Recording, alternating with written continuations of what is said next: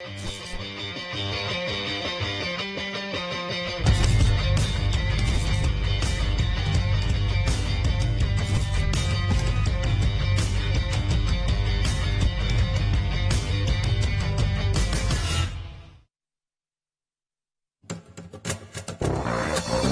de 13.000 policías en calle. Seguimos avanzando hacia una ciudad más segura. Buenos Aires ciudad. Vamos, Buenos Aires. Auspicia este programa ARBA, Agencia de Recaudación, Buenos Aires Provincia.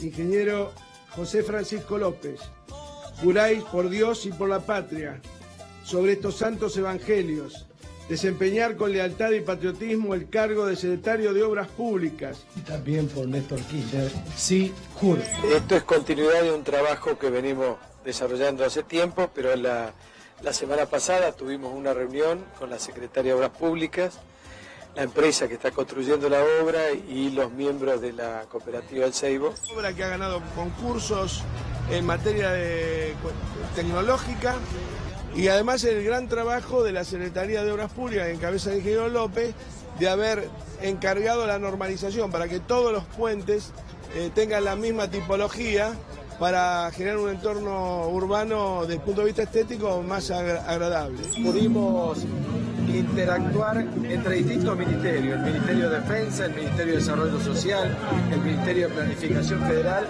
y justamente poniendo la infraestructura del ejército como es este liceo para recuperar este patio. Un acto muy emotivo, siempre que uno viene a Gallego recuerda todo lo que se vivió en esta provincia, y creo que los anuncios que hizo la presidenta son muy importantes. Lo que nos toca a nosotros en el Ministerio de Planificación tiene que ver fundamentalmente con la adjudicación del Centro Materno Infantil, que esperamos estar iniciándolo para fines del mes de agosto.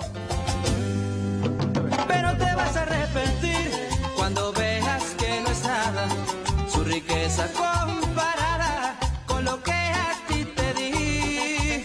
Estamos escuchando a José López, secretario de Obras Públicas. Explícanos, José, bueno, todos sabemos que es la General Paz, pero explícanos la obra que estamos inaugurando hoy. Buenas tardes, presidenta. En primer lugar, quiero invitarla a que participe con nosotros, con el intendente Curto, con el intendente Catopodis, a inaugurar, a cortar la cinta, y luego le haré algunas explicaciones de la obra.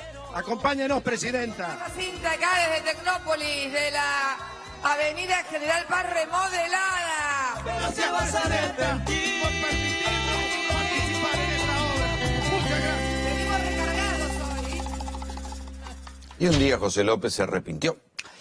Y Cristina Fernández de Kirchner nunca imaginó que José López se fuera a arrepentir y se fuera a sumar al festival de arrepentidos que se van acumulando en el juzgado de Bonadío. El problema es que José López no es cualquier arrepentido. En el discurso y en un tuit de la semana pasada también Cristina decía, bueno, un funcionario de cuarta que dice que me vio en pijama. José López no era ningún funcionario de cuarta. Era un hombre que venía de la pingüinera, que estuvo los 12 años de kirchnerismo hasta el último momento, y era un hombre que tenía a su cargo, incluso con un grado de independencia del propio ministro de Planificación, Julio De Vido, tenía a su cargo la relación y la firma y las obras públicas que llegaban a buena parte de los municipios, de los gobernadores. Y esas obras, ahora se va a empezar a saber, también tenían un retorno. O sea, no solamente había guita que se cobraba a los empresarios y se la quedaban y después la redistribuían en la política o la mandaban para sus propias cuentas, también había una plata que bajaba a los intendentes y a los gobernadores, y esa plata tenía retornos. Esto recién empieza. Hoy se acaba de homologar, y por eso estamos hablando de José López, hoy se acaba de homologar el acuerdo. El juez Bonadío acaba de decir, bueno, ok, está bien, José López es un arrepentido más, entonces va a volver a su lugar secreto, donde lo tienen detenido, protegido, escondido, y aceptaron lo que se dijo, pero a diferencia de otros arrepentidos que se conocieron hasta ahora, que rápidamente se conocía lo que decían y sucedían allanamientos, lo de López todavía viene misterioso, no se conoce demasiado. Pero atención, porque hay que ver cuál es el grado de confesiones que hace López y a quién puede apuntar, porque hasta donde uno puede reconstruir y hasta donde uno ve incluso en los videos, López no es cualquier arrepentido. Ahora bien, ¿qué pasó con José López? Recuerden que cuando lo enganchan revoleando los bolsos allá en el convento de las monjas en General Rodríguez, todo el kirchnerismo, Cristina incluida, salieron a repudiarlo, a decir que era una oveja negra, que era una rata, que les dio a todos mucha vergüenza. Pero José López, todos nos preguntábamos, ¿era realmente un tipo solo que robaba plata solo o era parte de un esquema de recaudación? Bueno, a la luz de todos los arrepentidos y sumándose López por arriba en todo ese esquema de arrepentidos, se ve que él era parte de un esquema de recaudación, pero que además lo dejaron solo. Entonces, claro, el kirchnerismo cerrado, la mesa chica, tenía esa costumbre de que a los funcionarios que habían estado con ellos y con los que por algún motivo se enojaban, los pateaban, los tiraban a un costado, no es que los premiaban con alguna embajada, un cargo como para tenerlos cerca, ni siquiera les atendían el teléfono cuando llamaban. Esto fue lo que pasó con José López, cuando José López lo enganchan revoleando los bolsos, que dicen, no lo conocían, nunca lo habían visto, no tenían nada que ver con José López. Y José López dijo, yo esta no me la como solo, llegó al juicio oral y avisó. Mandó un mensaje, como diciendo, era plata de la política, esperó a ver si alguien le tiraba un hueso, lo venía a rescatar, algo, no pasó nada, entonces después se presentó en el juzgado de Abonadío y empezó a hablar. Y lo que dijo todavía no se sabe.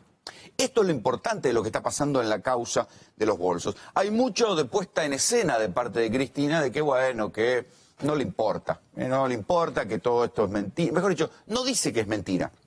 En ningún momento Cristina dice que es mentira. Se victimiza, dice que le va a pasar como a Lula, que la quieren ver presa, pero en ningún momento llega a decir que es mentira.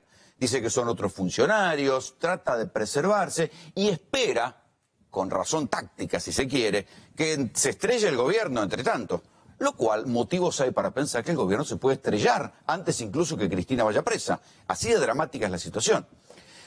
Si uno se atiene a la comparación con Brasil, dice, bueno, si esto es como Brasil, Lula está preso por cuestiones menos importantes que el esquema de recaudación que se está denunciando respecto del kirchnerismo.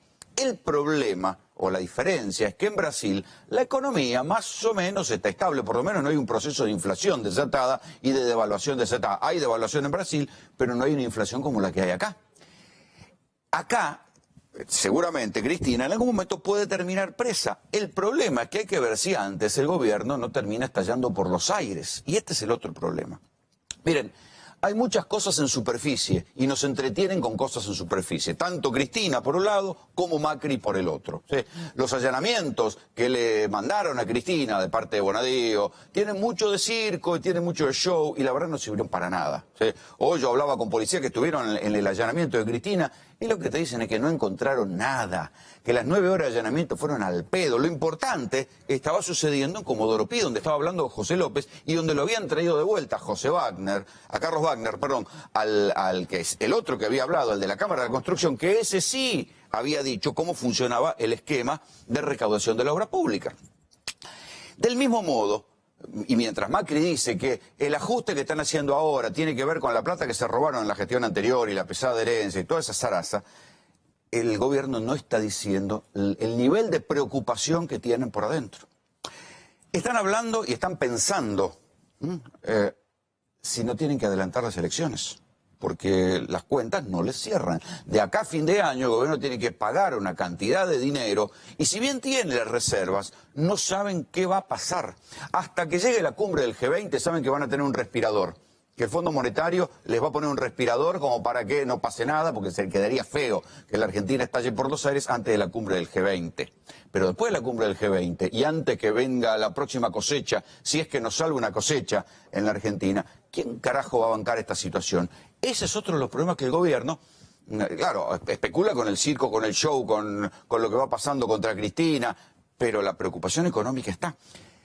Se suponía que este era un gobierno market friendly, o sea, para los inversores, y que iba a hacer todo para seducir a los inversores. Hay 2 bancos que están sugiriéndole a sus tenedores de bonos y a su gente que salgan de la Argentina, porque se duda de la capacidad de repago de la Argentina, y las cifras económicas no son para menos. La caída de la actividad económica en más del 6%, la fuga de capitales. Piensen que, y esto sí que no es pesaderencia, la fuga de capitales en la Argentina, el 3% de los que compraron dólares, se compraron el 53% de los dólares que se vendieron este año. ¿Cuánta plata es que se llevaron del país? 10.000 millones de dólares. El 3% de todo el universo que compró dólares, compró el 53% de los dólares y se llevó 10.000 millones de dólares del país. Eso no es precisamente confianza en el gobierno de Mauricio Macri. Todo lo que tienen un mango y los que pueden hacer fuga de capitales, ¿sí? ¿Qué hacen?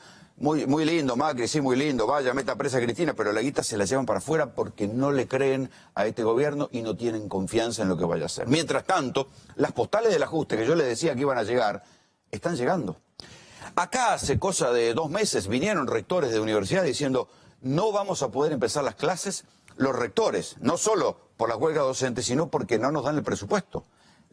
Hay 57 universidades nacionales que no están funcionando porque no les llega la plata para los gastos corrientes a las universidades. 57 universidades nacionales. ¿Con qué cara van a decir que les importa la educación si no giran la plata para que funcionen las universidades? Después, ¿qué nos van a decir? En las escuelas de la provincia de Buenos Aires todos dicen sí, nos importa la educación y queremos que la educación, pero todos los días salta un quilombo nuevo con una escuela con problemas edilicios y problemas de gas y problemas de electricidad y la huelga de los docentes continúa y se viene otro paro de 72 horas. Los hospitales, donde uno vaya, los hospitales que dependen de las provincias, y en especial de la provincia de Buenos Aires, tienen severos problemas. El otro día en el hospital de Lanús se cayó un paciente que lo acaban de operar del talón de Aquiles, casi termina muerto, con conmoción cerebral porque se cayó. Él con el camillero que lo llevaba se cayeron porque los ascensores funcionaban mal, el ascensor se abrió, se cayeron 4 pisos para abajo. Entonces, eso es el ajuste. Claro, nadie lo ve y para todo hay una explicación. Hoy, una historia dramática, una chica deja a su hijo de 1 año y dice, estoy en la calle, no lo puedo mantener. Claro, nadie las junta esas historias, pero todas son postales de la crisis. Acostúmbrense, porque esto ya lo vimos en los años 90. La explicación oficial va a ser que son historias sueltas, que no tienen nada que ver, que siempre pasaron, que esto siempre hubo, pero la verdad es que cuando uno analiza y empieza a ver, tiene que empezar a entender que esas son postales de la crisis. Esta noche GPS lo van a tener a Sergio Joclender. Joclender fue uno de los primeros que empezó a hablar del esquema de recaudación del que había en la esfera de José López y el Ministerio de Planificación y de cómo había un retorno obligatorio y fíjense lo que son las paradojas del destino. Ahora José López está confirmando lo que decía Joclender y ambos están procesados en una causa, que es la causa por sueños compartidos. Todo o buena parte de lo que decía Joclender hace un tiempo, ahora se va confirmando. Son los propios arrepentidos los que lo van confirmando. Pero atención, cuidado con el circo, cuidado con el show de la causa. La causa que lleva Bonadío va a tener mucha más credibilidad el día que lo citen a declarar y lo procesen a Paolo Roca. Paolo Roca, por si ustedes no saben, es uno de los hombres más poderosos de la Argentina.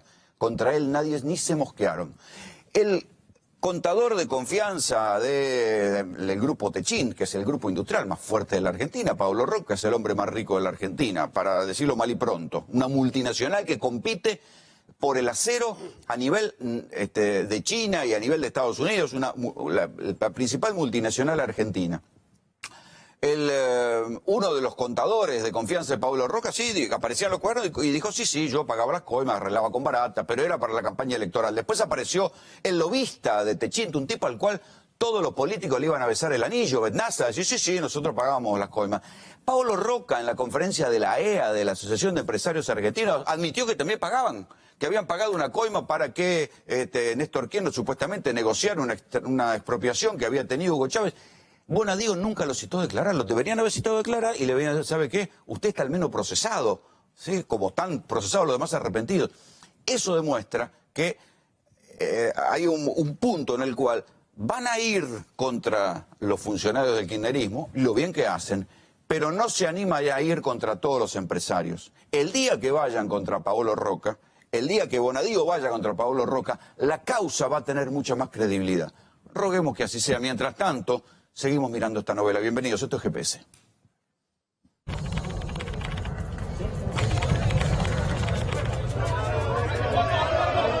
José López no necesita presentación. Los 9 millones de dólares llevados a un convento de monjas lo convierten en un personaje inolvidable de la picaresca política argentina. Tanto que a veces perdemos de vista que José López manejó durante 12 años y con su firma el destino de miles de millones de pesos en obras públicas. Que esta obra no se hizo por magia. Esta obra se hizo porque existe un modelo político, económico y social que invierte en obra pública, que invierte en más y mejores ingenieros, que invierte en tecnología aplicada para el desarrollo del país, pero un desarrollo con los 40 millones de argentinos adentro. Gracias, Presidenta, por permitirnos participar en esta obra.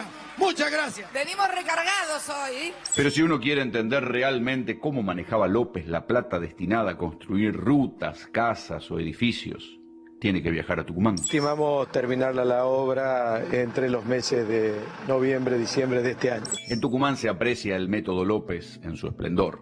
Casas sin terminar, rutas a las que le faltan carriles, cientos de obras menores que nunca se hicieron y hasta una terminal de ómnibus fantasma muestran las huellas de López en Tucumán. Un mega barrio de 5.000 viviendas en donde el dinero que llegó hubiese alcanzado para construir 7.000. Esto debería estar terminado. Claramente le falta bastante.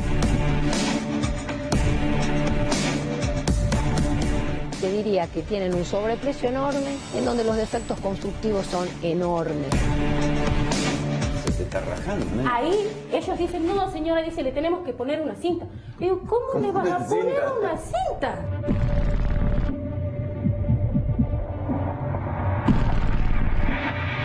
El anhelo de toda familia y bueno, nosotros estamos recién comenzando y bueno, espero que sea todo lindo y salga todo bien. El barrio Lomas de Tafí es el más grande de todos los complejos de viviendas que se construyeron durante el kirchnerismo. Sin dudas, era una buena idea.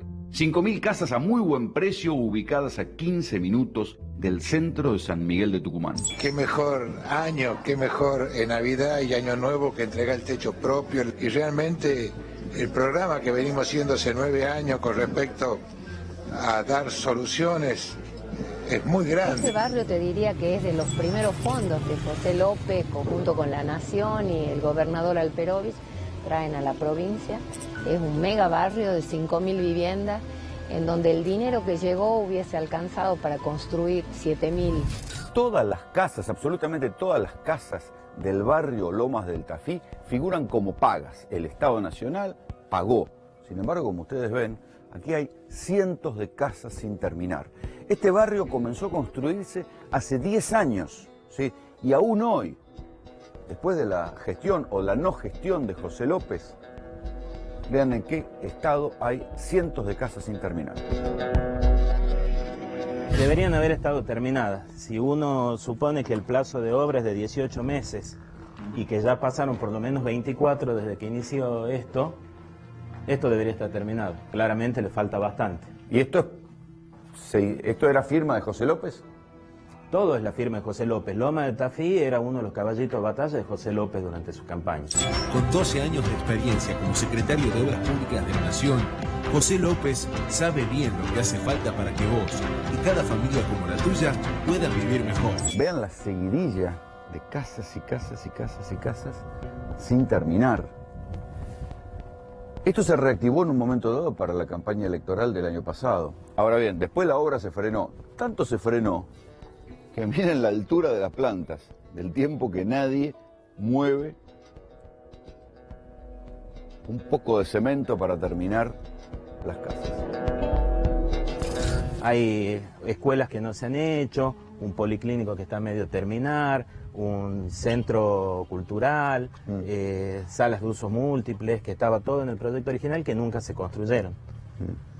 Claro, lo que pasa es que también en la necesidad de vivienda que hay, la gente acepta cualquier cosa y después dice, bueno, después me arreglo. Exactamente, eso es lo que pasó muchas veces aquí. Cuando uno ve contratos que tienen cláusulas leoninas, lo que hace es aceptarlo, porque el techo propio o la nada misma, porque uno no podía ir a discutir esto es ilegal, están abusando de mis derechos, no era posible. Estas casas que se hacen tienen, te diría que tienen un sobreprecio enorme, que es del 30%, y aparte del sobreprecio hay lugares de las casas, porque fueron distribuidos entre distintas empresas, también cooperativas y demás, en donde los defectos constructivos son enormes. En mi casa, una de las cuestiones por ahí más curiosas, porque son cosas que hacerlas bien o mal era el mismo trabajo y la misma cantidad de plata, son los cielos rasos mal puestos, entonces las bocas donde uno tiene que poner las lámparas están 15, 20 centímetros arriba del cielo raso, los sifones que van en los resumideros para que no vuelvan los olores, estaban sueltos, tirados adentro, entonces tuve que romper piso, toda una obra para pegar un pedazo de plástico que se lo hubiesen hecho originalmente. ¿Por qué no lo hacían bien si era el mismo costo? Parece que lo hubieran hecho mal a propósito, en el revoleo. Así es. Porque no es que le cuesta mal, o sea, que venga alguien y diga, no, esto está mal hecho, hacelo bien. Así es. Son después datos curiosos. En mi casa teníamos puesto zócalo, nos entregaron una casa con zócalo, pero no con piso. Entonces, para poner el piso tenías que sacar el zócalo, que ya era un dinero extra. Y cuando nosotros reclamamos por los problemas de humedad, lo que nos decían era que el zócalo ese tenía un pegamento especial que impedía que suba la humedad. Y que al haber sacado el zócalo rompió. Ahora, por eso te subía, era tu culpa. Así es, pero los que no sacaron el zócalo y lo encastraron el piso abajo, le decían que por no haber sacado el zócalo, pusieron mal el piso y filtraba agua por ahí, entonces la humedad subía. O sea, nunca tuvo la culpa el responsable de la obra. De las 5.000 viviendas hay 1.500 que hemos visitado conjuntamente con un equipo de ingenieros, de arquitectos. En aquel momento abrimos paredes, vimos que no tenían lo que debía tener una columna, estaban vacías. ¿Esta casa la compraste o te la dieron gratis? Estoy pagando. Ah, sí, la pagaste. Sí, estoy pagando. Y ya vas a ver... La cuota es barata. Ya vas a ver los 800 pesos que pago por lo que me entregaron. Mira. Pues sí que te vino mal, te vino fallada. Mira, así que, ¿por dónde querés que comencemos? ¿Por acá? Donde vos digas. Mira, si pueden entrar los dos al baño, mira. Esa es la ventilación, la que está acá, a tu izquierda, es la ventilación del calefón. ¿Sí? Y la del aire. ¿Pasa? ¡Qué peligro! Mira, el reclamo que yo hice, en realidad es que no podía estar junto la ventilación del calefón en este conducto de aire. Claro, entonces porque algún día estás en el baño y te da monóxido de carbono. ¿Entendés? Entonces me dijeron que no era así, que estaba todo bien, que pito que flauta, el ingeniero Payare. Dice, no, el gasista te quiere sacar plata, todo eso. Todo está bien, lo único que tenés que hacer es cerrar ahí. Imagínate si yo cierro eso ahí. No tenés ventilación. No tengo ventilación de nada. Yo en realidad acá tengo que revestir todo con cerámico. Claro, o sea, la casa te la dieron mal y vos te tuviste que poner plata. Sí, o sea, la cuota es baja, pero vos pones plata todo el tiempo. Todo el tiempo, es lo que yo le digo. Escúchame, no vale, le digo, escúchame, 800 pesos, le digo, yo tengo que dejar de hacer algo para un mes hacer una cosita, otro mes hacer otra cosa. No, ¿Tenés un estimado de cuánta plata estás poniendo por mes para tu casa? Y más o menos nosotros el mes pasado gastamos 7.000 pesos. El mes pasado. Mira, yo vengo desde el 2011. Poniendo, no termino nunca. Claro, porque muchas veces es hacer, te cuesta más caro rehacer que si lo hubieras pagado bien Imagínate, hecho. ¿qué es lo que me dice el muchacho? ¿Sabe qué? Creo que vas a ganar plata. Me dice, mira, se tira todo, se vuelve a armar de vuelta, porque en realidad el material es de muy mala calidad. Este es uno de los dormitorios. Mira, me dice, señora, cuando yo fui a reclamar, digo, por favor, vayan a ver porque se me llueve, todo lo demás. Señora, me dice, elija usted la pared que quiere, dice que nosotros le rompamos. Toda la pared no le podemos romper. Por orden del ingeniero. Elija usted. Digo, escúchame, y es lo que yo... O sea que como si la humedad te viniera en cuotas. Claro, entonces le digo a Ale, yo le expliqué a Ale, ese pedacito hicieron, mira, es el trabajo que hizo la empresa. Por ahí me llovía, mira, yo acá... Que eso ni te la tocaron. Ni me la tocaron. Se vinieron, estaban las dos manchas, te arreglaron una y la otra te la dejaron. Sí, no, señora, me dice, esto es reboque nada más, me dice. Mirá cómo está ahí con el primer temblor, cómo se empezó a soltar todo el cielo raso. Todo. Le digo, escuchame, esto se me va a caer. Señor, digo, acá le digo, corremos riesgo a mi familia. ¿Qué es lo que me dice? Señora, no se haga drama. Dice, sí, para eso está el seguro. ¿Qué me está diciendo? Me está cargando. Le digo, ¿de qué me sirve el seguro a mí? Claro. ¿Entendés? Yo acá no puedo hacer placar. Yo ahí tengo que saber que Claro, es todo esto con era el cerámico. placar. Esto supuestamente es el placar. Que debería haber venido con la casa. Debería. Mira, ¿La casa te la dieron pelada o...? helada. Esta ventana es imposible que se cierre. Mira el arreglo que me hicieron. No sé, esto no se cierra. Está todo mal hecho. Todo mal hecho. Mirala a la ventana. De ahí la mirás La a la falsa ventana. escuadra, mirá la falsa ¿Entendés? Claro, mira si yo tengo que cerrar. Mira, Hasta ahí cierra. hasta ahí cierro. ¿Te parece? Hacelo así, no pidas que cierre. De ninguna manera, tenés que agarrar machucones. ¿Te llueve además o filtra humedad? Filtra humedad. Y ellos me dicen que no, que eso también se desprendió. La casa se te está rajando, ¿eh? Ahí ellos dicen, no señora, dice, le tenemos que poner una cinta. Digo, ¿cómo le vas a poner una cinta?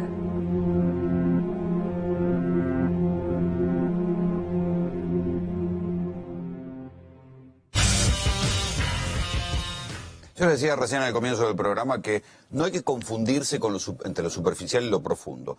Lo superficial, el circo, va por el lado de los allanamientos a Cristina, que le buscan y le rebuscan, y eso es show, es para entretener a la gente. Lo profundo es López arrepentido, es lo que lo citen a Wagner, porque eso sí saben y eso sí puede provocar consecuencias jurídicas. Lo superficial es Macri diciendo la culpa la tiene la pesada herencia, y lo profundo es que están preocupados porque si van a poder esquivar el default.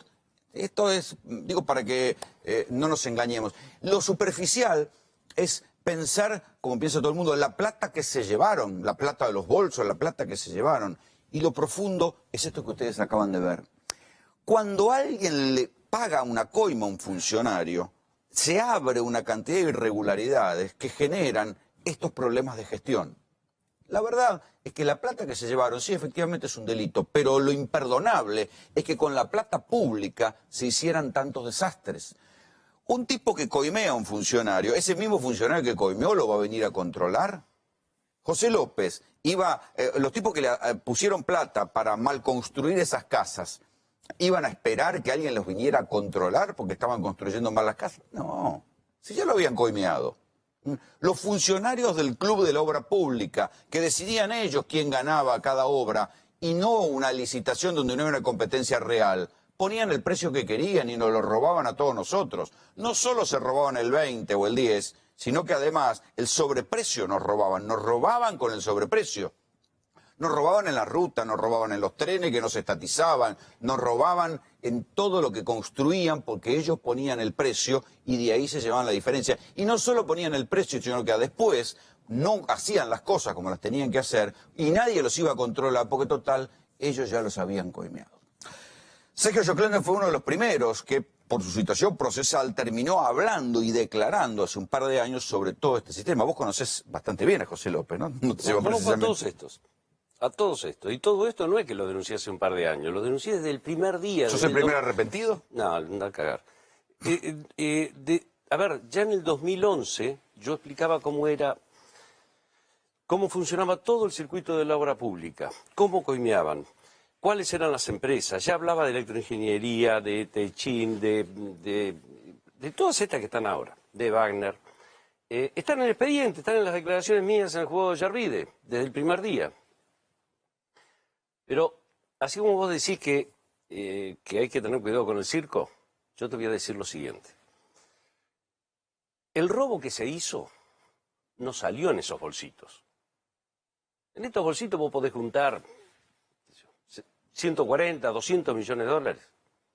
El robo grande eran transferencias al exterior. Pero nunca el robo aparecieron. grande fue de miles y miles y miles y miles de millones de dólares. ¿De quién? ¿Para quién? De empresarios, ¿sí? Y de todo de todo del Club de la Obra esquema, Pública. de todo el Club de la Obra Pública, de todos los ministerios, no solamente Planificación Federal.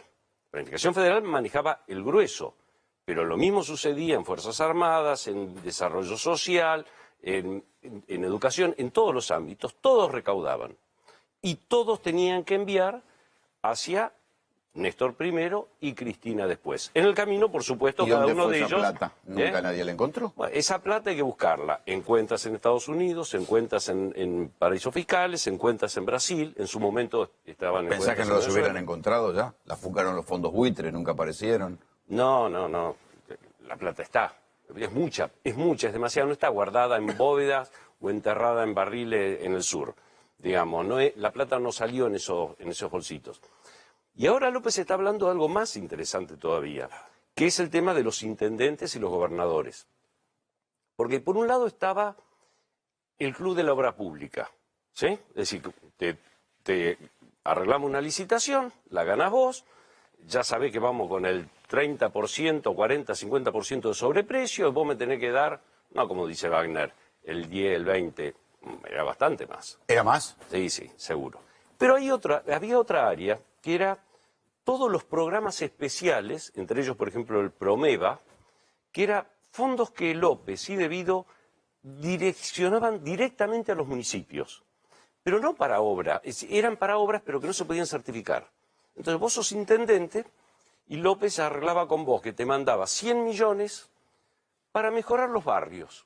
Es decir, juntar hoja, pintar los cordones, arreglar las garitas, qué sé yo. De esa plata, ¿sí? Vos intendente le hacía firmar a las cooperativas, a la cooperativa Don Pepe que hizo el trabajo de recolección de hojas o de, no sé, de limpieza de las calles, qué sé yo. Eso después, es decir, una vez que la justificaban más o menos, esa plata volvía a López. Y de esa plata, el grueso se lo mandaba a Néstor y a Cristina. Si López habla, ¿Cristina va presa? No queda nadie. No, Cristina ya tendría que estar presa hace rato. Pero, a ver, en este país, a ver, el problema no es el Club de la Obra Pública, el problema no fue Cristina, Néstor, De Vido, toda esta rumfla. Acá hay un problema de fondo mucho más grave. Acá hay un problema de fondo que es que no tenemos un poder judicial serio. Y no tenemos un poder judicial serio porque tenemos una Corte Suprema de Justicia que es un mamarracho. Digamos, por eso la tenemos a Cristina todavía sentada y pelotudeando, a Menem todavía como senador. A ver, mientras el rafaelino siga... A ver, el presidente de la Corte que tenemos lo nombró Néstor. Está desde el 2004. ¿Sí? En el 2006 pasó a ser presidente de la Corte Suprema de Justicia. ¿Vos creés que si el presidente o los miembros de la Corte se hubiesen puesto los pantalones a lo largo de todos esos 12 años de gestión de kirchnerista, se hubiese llegado a este descontrol? No. Entonces Ollarvide...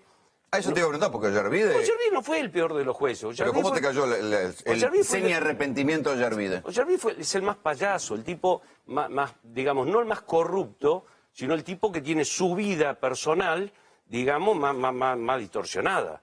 A ver, ¿pero por qué nadie quiere oír la causa de Ollarvide?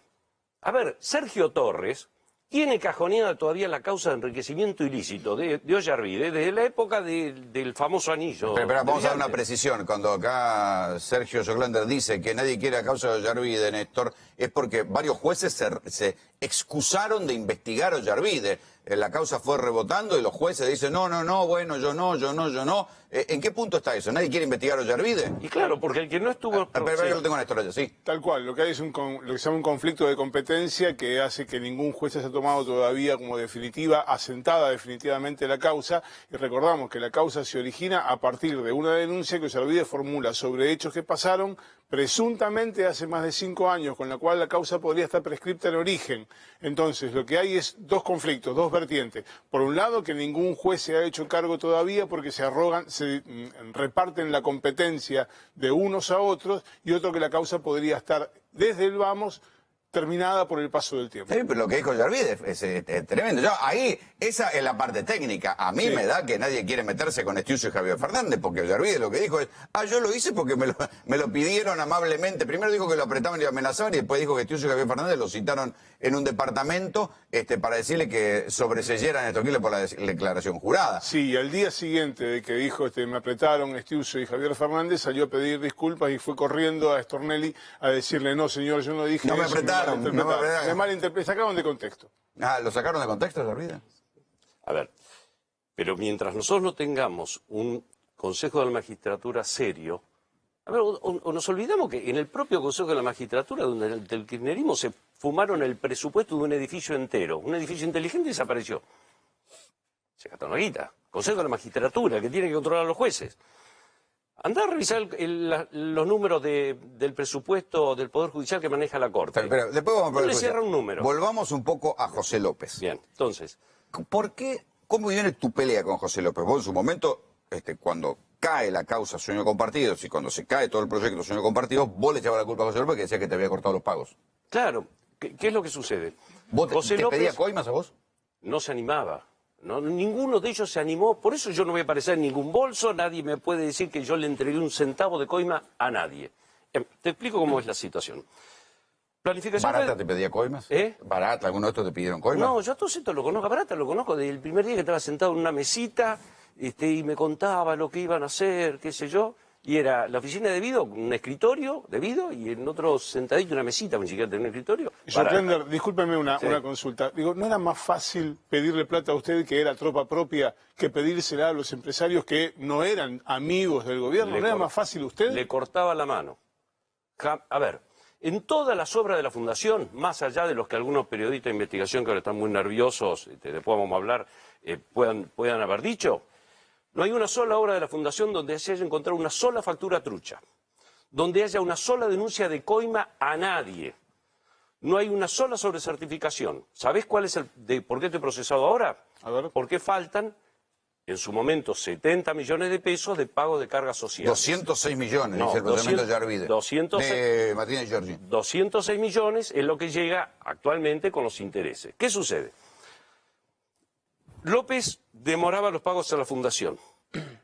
Porque las obras de la Fundación los ponían en evidencia. ¿Por qué demoraba los pagos? Porque las obras de la Fundación los ponían en evidencia de las obras que no se terminaban, como esas que acabas de mostrar, porque a nosotros nos pagaban después de haber hecho la obra, no para hacer, sino que nos daban plata para que hagan casa y después no la hacíamos. No, una vez que la hacíamos, ahí pagaban. Los precios que teníamos nosotros eran más bajos que los precios a los que ellos sacaban las obras del Plan Federal. Y de infinita mejor calidad. O sea, el Club de la Obra Pública construía más caro que ustedes. Lejos. ¿Cuánto más caro? En los hospitales, te doy un ejemplo, en los hospitales que nosotros construimos muchos hospitales de 1.800 metros, llave en mano, hospitales nivel 3, nosotros se le pagaba a la Fundación por el hospital totalmente equipado, pero totalmente equipado, un tercio de lo que ellos licitaban los hospitales, que nunca se terminaban, solo la obra civil, digamos. Esa era la diferencia. En los lugares donde nosotros construíamos, al lado estaban los carteles de Plan Federal de Vivienda, con el pasto crecido, digamos, los restos de las casas sin terminar.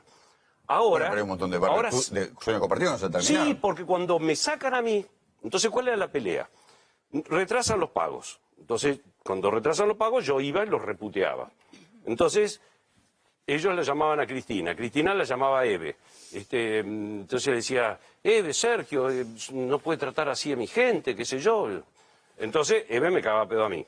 Entonces, ya podrido de ese circuito, y que encima, por otro lado, fondos que nos hacían falta, que digamos que hacían falta para las cosas ciertas, se iban para la campaña política de algún funcionario o algún candidato que apoyaba a Eve, se iba para el Centro Cultural de la que funcionaba en la EMA, se iba para la imprenta. Si a vos no te pedían coima, ¿cómo sabés que la pedían a los otros?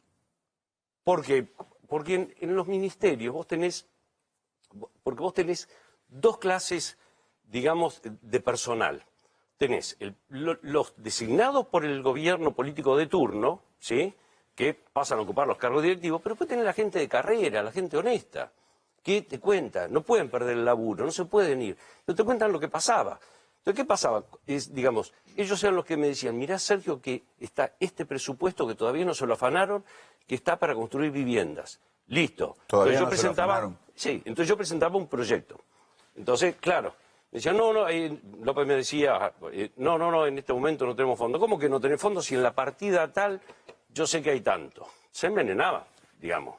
¿Por qué? Porque sabían que de eso iba a viviendas, iba a jardines maternales, iba a hospitales, iba a escuelas, digamos, y no podían tocar un mango porque nadie les iba a dar un mango de retorno. Digamos. ¿Cómo era la relación de Cristina con José López? No, a ver, la relación de Cristina con el mundo es una relación de mierda. Es decir, es la persona más desagradable e intratable que te puedas imaginar. Te doy un ejemplo. Está bien, pero ¿sabía o no sabía lo que hacía José López? No, totalmente, además. De barata, recaudando, ¿sabía o no sabía? Total y absolutamente. Es más, yo denuncié en su momento que López era el que, cuando después de la muerte de Kirchner, comienza a manejarle y organizarle, junto con Devido, toda la situación económica y toda la recaudación. Digamos. Néstor tenía un proyecto político, digamos. No era solo un mamarracho ávido de plata. Néstor tenía un proyecto político. Recaudaba, seguramente se guardaba mucha guita, pero también invertía en un montón de acciones políticas. A ver. ¿Qué? ¿Para qué usaban esa guita negra? Por ejemplo, se ayudó a financiar las campañas de Uruguay, la de Lugo, la de Correa, la de Evo Morales. ¿Con la plata negra? Claro. O sea, ¿vos querés decir que le cobraban a las empresas de obra pública a financiar campañas en América Latina? Más las campañas en los sindicatos, más las campañas en las gobernaciones, más las campañas en las intendencias, digamos. Entonces, a ver, además de todo, y además Néstor planteaba algunos límites, ¿sí? Para que robaran en esto, recaudaran en esto, hicieran aquel contrato y se lo llevaran, pero no en la leche del comedor, del comedor para los chicos. Tenía algún límite. Cristina, lo único que le importaba era la de ella y que le entrara plata. Pero si es así, ¿dónde está? Bueno, porque hay otros funcionarios que dicen que Cristina no tocó un peso. A ver, no por nada ese avión hizo zapito en las Islas Seychelles.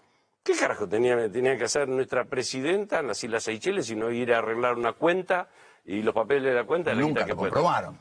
Digo, si alguien lo iba a buscar en los fondos buitre, que lo hubieran buscado y lo hubieran buscado, lo hubieran encontrado, más que ellos.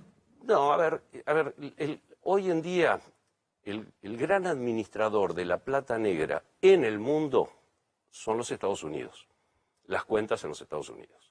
Entonces, mientras no haya una decisión política, ¿sí?, del Departamento de Estado norteamericano para comenzar a blanquear la información que hay, difícil que esa plata se pueda recuperar. Pero además, esa plata está no a nombre de Cristina Fernández, está a nombre de sus hijos, de su cuñada, de sus, qué sé yo, de toda tiene la que ser fácil de parentela. rastrear en ese punto. Pero porque lo tengo ahí Eduardo Zanini, es periodista, conoce bien a los muchachos del sur porque ha escrito varios libros al respecto. ¿Qué sabe José López de Cristina? ¿Qué sabe José López? Ahora que le han homologado el acuerdo arrepentido hoy. Es una buena pregunta, pero estaba escuchando atentamente el tema de las huellas de López, ¿sí?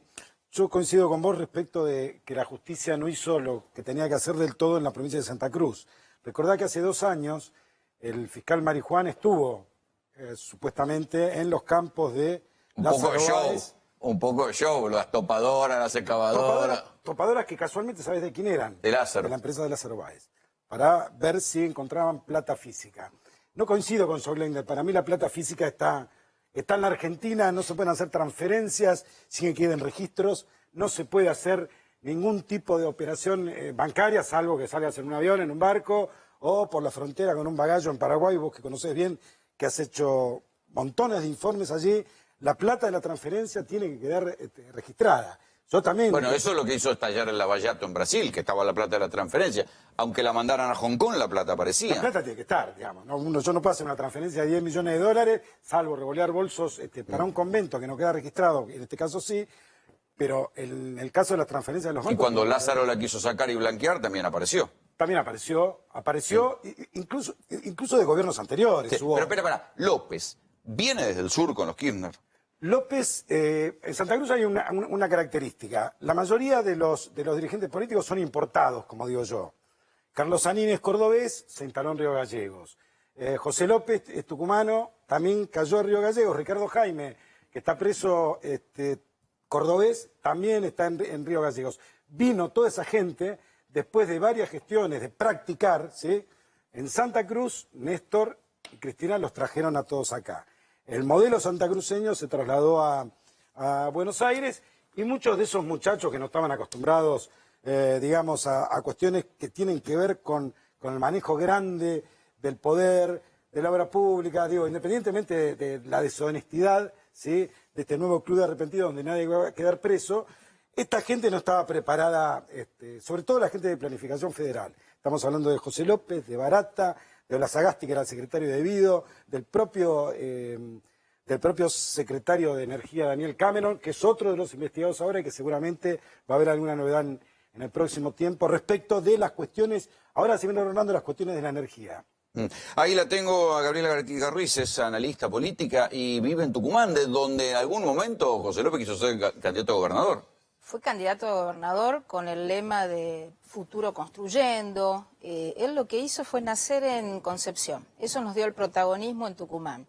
Pero en una sola cosa coincido con Sergio Joclender, discúlpame. En la justicia.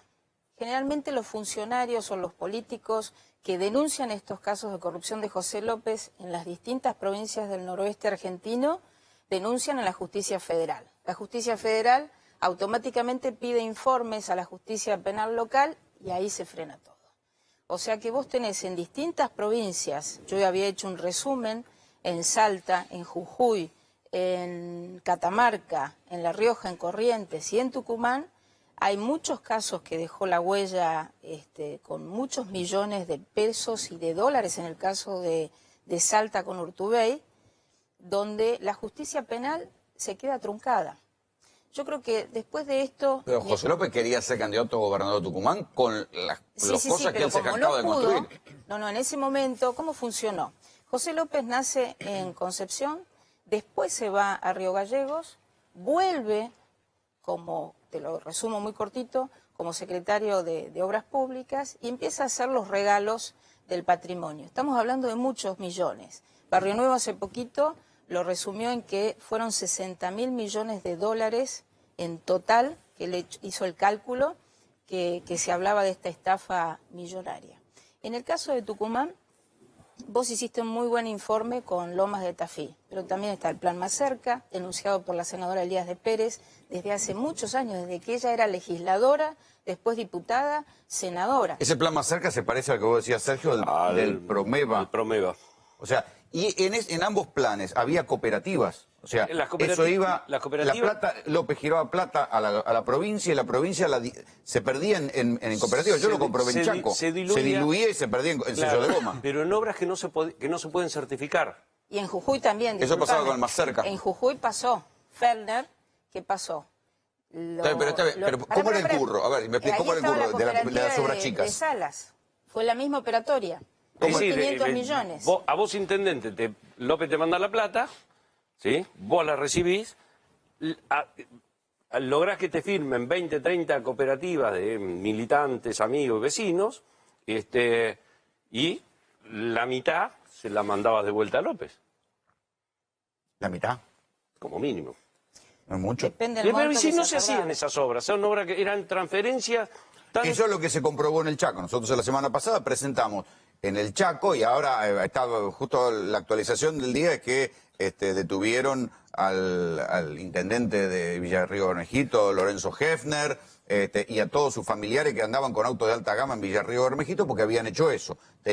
José López había girado fondo al Instituto Provincial de la Vivienda, Domingo Pepo era entonces el director del Instituto para la Vivienda, hoy es gobernador, está procesado, tiene un pedido de procesamiento Pepo por esa causa, la plata iba a las cooperativas.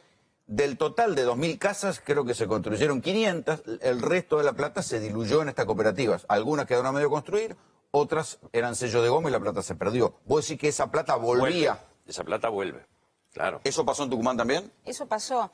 Fue el caso, ¿te acordás del intendente? Vos estuviste en Concepción. En ese momento era Morelli. Yo me acuerdo que había una Concepción en ese momento había una estaba el terminal en intendente Concepción sin Morelli, terminar. que había sido profesor universitario de José López, de ahí la afinidad. Entonces, ¿qué pasa?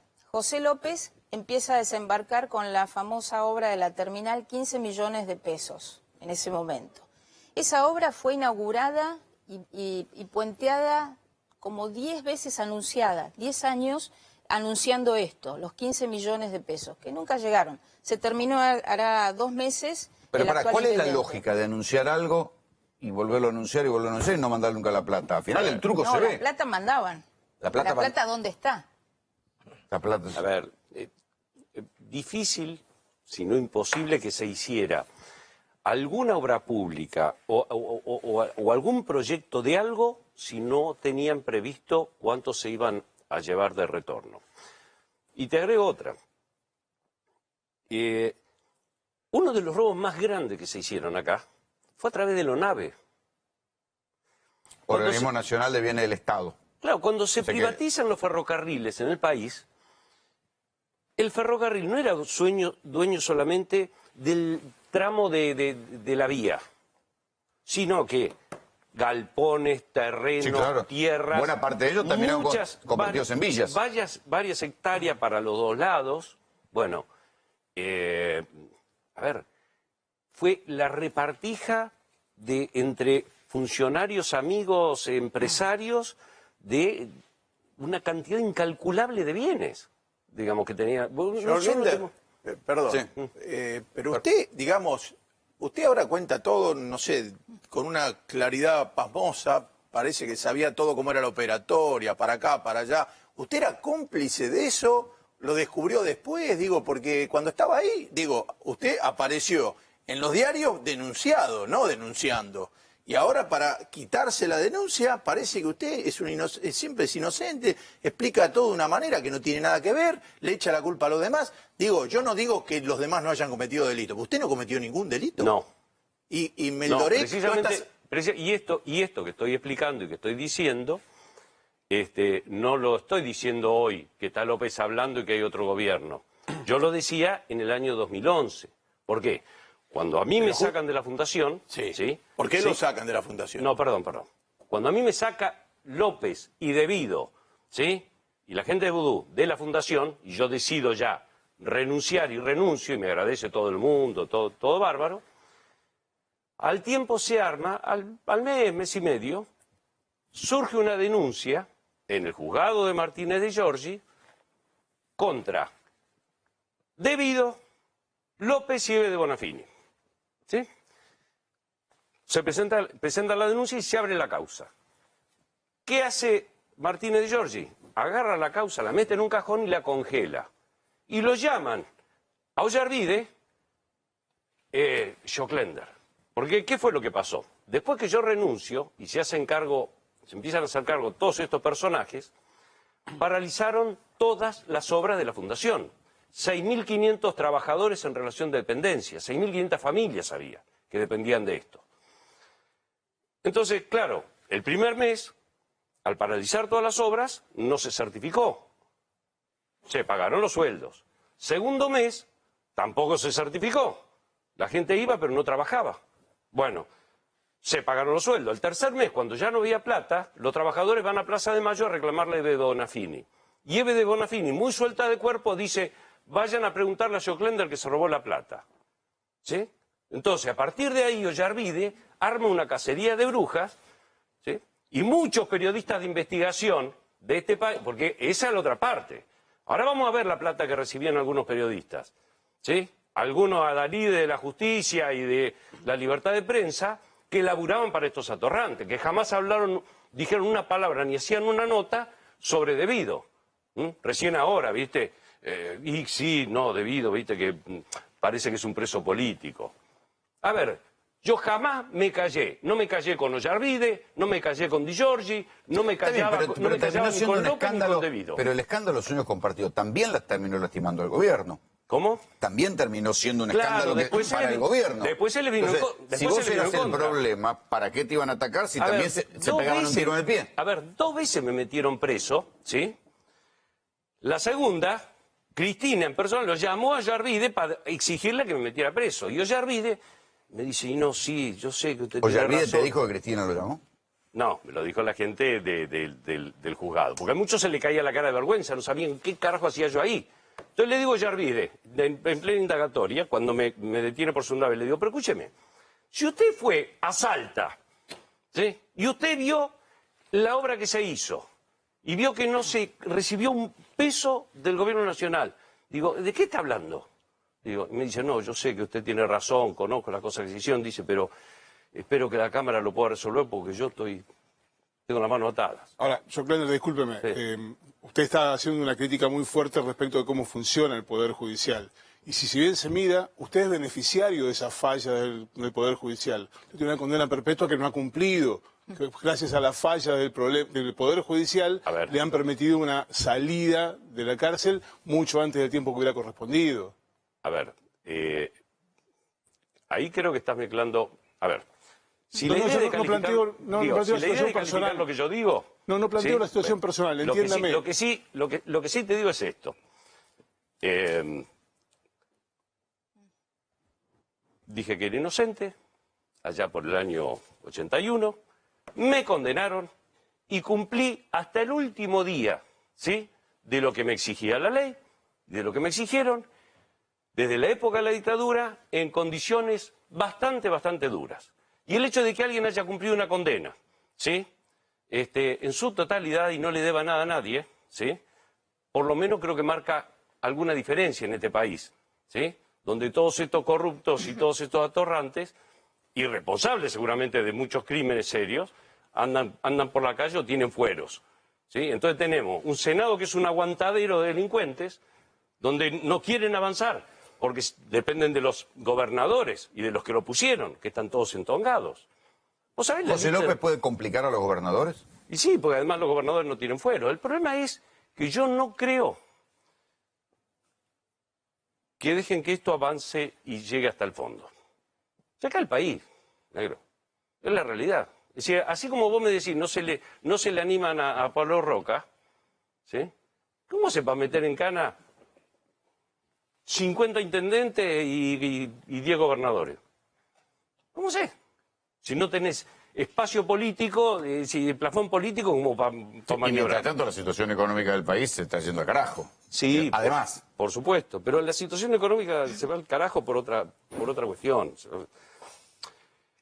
A ver, más que yo que los empresarios, ¿sí?, estos empresarios, esa patria contratista, lo iba a acompañar para levantar la Argentina. Y a esos empresarios le importa 3 carajos la Argentina.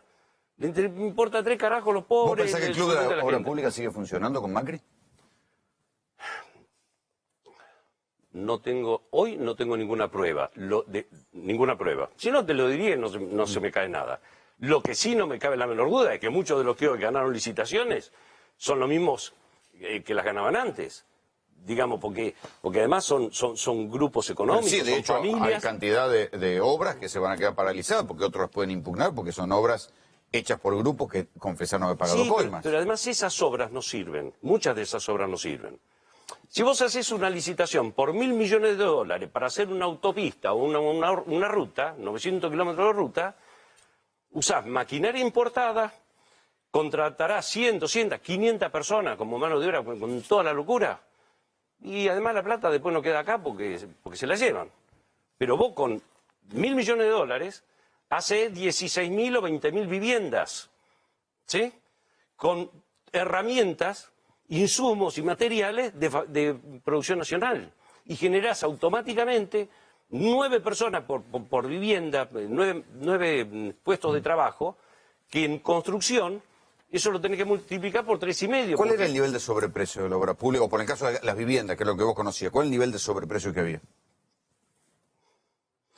Tenías ahí porcentaje, dos... porque a valor de peso es imposible calcular porque tenías inflación... ahí 2 aspectos. Primero, no menos del 30% de sobreprecio, no menos. Más el 20% de coima, estamos en el 50%. A ver, pero no menos. Pero el otro problema era que el gran negocio de estas empresas en esa época era no hacer las obras. Es decir, cobraban el anticipo, devolvían, arrancaban 3, 4 certificados retruchos, ¿viste? Recibían plata. Y después decían, la inflación nos devoró y tengo que recalcular. La obra porque no podían esto, porque faltaba aquello, porque el tendido, no sé, siempre tenían alguna excusa. Entonces se paraba la obra demoraba. Como demoraba, la inflación les comía el presupuesto, teóricamente. Entonces, una nueva negociación para readecuar los precios. ¿Bien? Entonces, se hacía la redeterminación de precios, nuevo pago. ¿En la readecuación se cobraba coima? Claro. Claro, a ver, o sea que la coima se pagaba varias veces. Salió plata hasta donde yo sé y me puedo imaginar del Ministerio de Obras Públicas sin que alguien fuera y se la llevara. Eso explicaría lo de la terminal de Concepción, porque se anunció 15 veces. Yo estoy escuchando anonadada a Jo Klender. Yo quisiera saber hoy, y lo pregunto con respeto, ¿a qué se dedica hoy usted? A la construcción. ¿Cómo? A la construcción. A la construcción. En forma privada, sabe trabajo desde perfectamente toda la operatoria. Se lo digo como indignada en Tucumán. Yo veo lo que pasa y veo algunos funcionarios que no saben trabajar y que de hecho no trabajan. Veo una justicia penal que ampara y encubre y que frena los expedientes. Rolando Graña sabe muy bien porque ha ido también allá a Tucumán. Y no es solo Tucumán, son todas las provincias, pero me deja sorprendida la operatoria que usted cómo define todo y cómo acusa también a periodistas de investigación, de nombres y apellidos, si quiere. Le voy a hacer un pequeño comentario, doctor, nada más. Me levanto a las 6 de la mañana. Qué bueno, yo voy a también. obras en construcción, ¿sí? Donde trabajo junto con los compañeros, como capataz y director de obra, enseñándoles.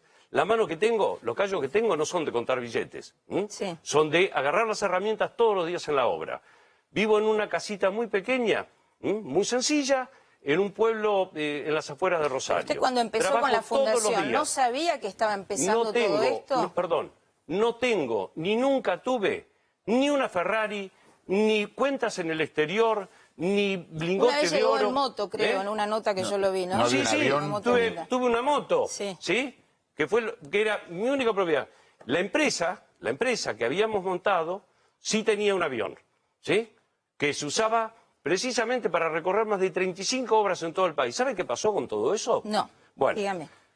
Mientras desguazaban y desarmaban toda la fundación, me robaron las máquinas, robaron las matrices, Pero usurparon los usted, galpones, es una desapareció víctima, todo. es una víctima de todos nosotros, evidentemente. No, señora, yo no soy una víctima. Yo lo que hago es seguir peleando y seguir diciendo cómo son las cosas. Acá esto, lo que está pasando hoy con José López, que es un abanderado de la corrupción, la responsabilidad no se delega. A mí me enseñaron eso. Y segundo, esta es una crisis institucional seria que afecta, por culpa de los políticos, de determinados funcionarios, afecta a la sociedad argentina. Y usted está incluido en ella, discúlpeme, porque formó parte, aunque se haya retirado. Y si está hablando acá, puede hablarlo con el juez. No, puede ser el No, lo he hecho. Todo lo que estoy diciéndole, es lo que está en mis declaraciones, desde el 2011. ¿Alguna vez hablaste esto con Devido, por ejemplo, en las discusiones? No.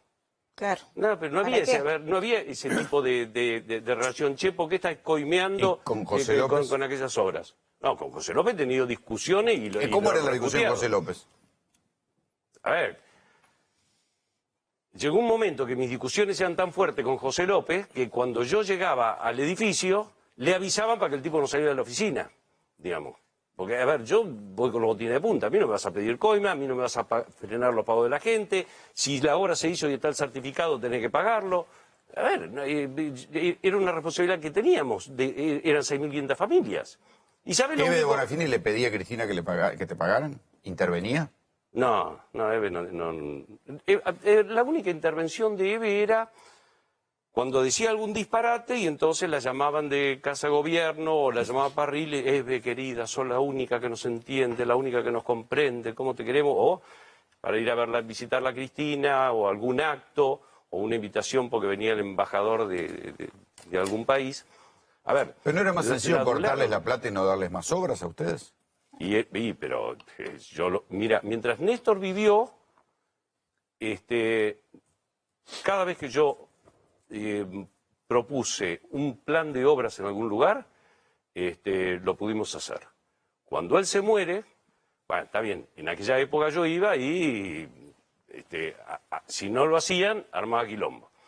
Ahora, cuando él se muere, todos estos que estaban heridos, los Devido, los Vudú, los López, qué sé yo, se fueron a la yugular. Y ahí empieza. Por eso yo después termino renuncio a la fundación, porque digo, yo así no sigo. Prefiero dedicarme a la actividad privada, pero en estas condiciones, con todo esto, así no sigo. Bueno, ¿qué sucede? Se estaba pagando una moratoria de cargas sociales. ¿Sí? El gobierno le debía a la fundación 140 millones. La fundación debía, en ese momento, 70 millones de pesos en cargas sociales. Bien. 3, 4, 5 meses después que yo renuncio, Eve de Bonafini decide, en este manejo que hacen de la plata, que no se pague tampoco más la moratoria.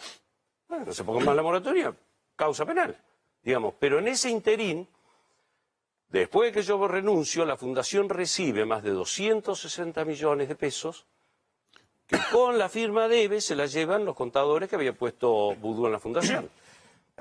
Ahí creo que tenemos un último momento con lo que está pasando, con algo que acaba de publicar el Centro de Información Judicial. Sí, Néstor, contanos, ¿qué es lo que está apareciendo ahora? Básicamente, lo que vemos es esto, que acaba de publicar en un apartado especial la página del Centro de Información Judicial. Esto que ves acá, dice la causa, es un informe enviado por el juez federal Claudio Bonadío, a la página oficial de la Corte Suprema. ¿Esto es normal que informen? No, no es normal, es infrecuente, porque además hace un compilado. Si no es un dictamen. Es como una sección especial donde aparecen las últimas noticias y además todas las resoluciones. Haciendo un clic aquí aparecen todas las resoluciones. Algunas cosas para destacar de esto que dice. El informe del juez Claudio Bonadío habla de este sistema de corrupción entre, escucha esto, los años 2008 y 2015. Es raro, porque los cuadernos hablan de 2004, 2005, 2006. ¿Por qué 2008? ¿Qué pasó en 2008 de diferente de todo esto? No sé. A fines de 2007 se vendió IEXA.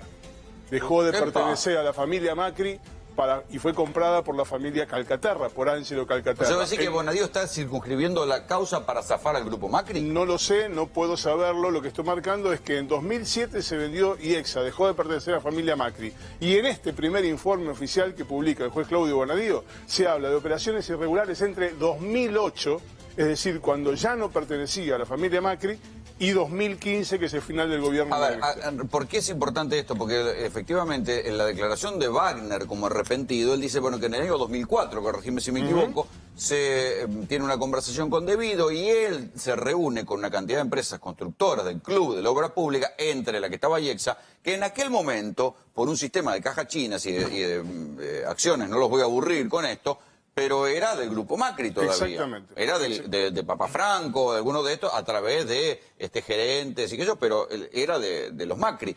Sin embargo, ahora el informe de Bonadío habla del 2008 en adelante. Ahí lo tengo Juan Pablo Godoy Vélez, es abogado, miembro del Consejo de la Magistratura. ¿Es habitual, Juan Pablo, que haya un informe de estos en el SIG? O sea, no, para nada es habitual.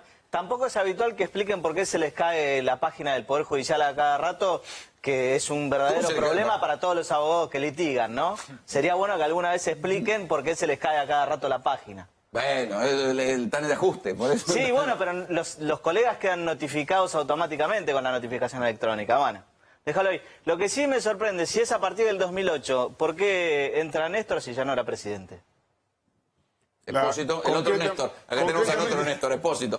Concretamente lo que dice es que finalmente derivaban el dinero ilegal a mano de los verdaderos beneficiarios de la maniobra ilícita, Néstor Carlos Kirchner, Cristina Elizabeth Fernández y Julio Miguel Devido. Lo dice taxativamente. Ojo, porque esto puede ser anticipo de opinión. Todavía no hay una resolución, un auto de mérito que diga están procesados. Está diciendo el juez, antes de dictar el auto de mérito, antes de dictar el procesamiento, está diciendo fueron estos. Pero debe haber tenido, perdón, no debe haber tenido alguna edición ese texto, ¿no? Porque si eran titulares del Poder Ejecutivo, salvo que el hecho conyugal te haga titular del Poder Ejecutivo, ¿algún problema hay en eso? Déjame aclarar algo más respecto de lo que dice. En la causa, según informa el informe, valga la redundancia... Es como un informe preliminar, no es un procesamiento. No. Es un informe preliminar.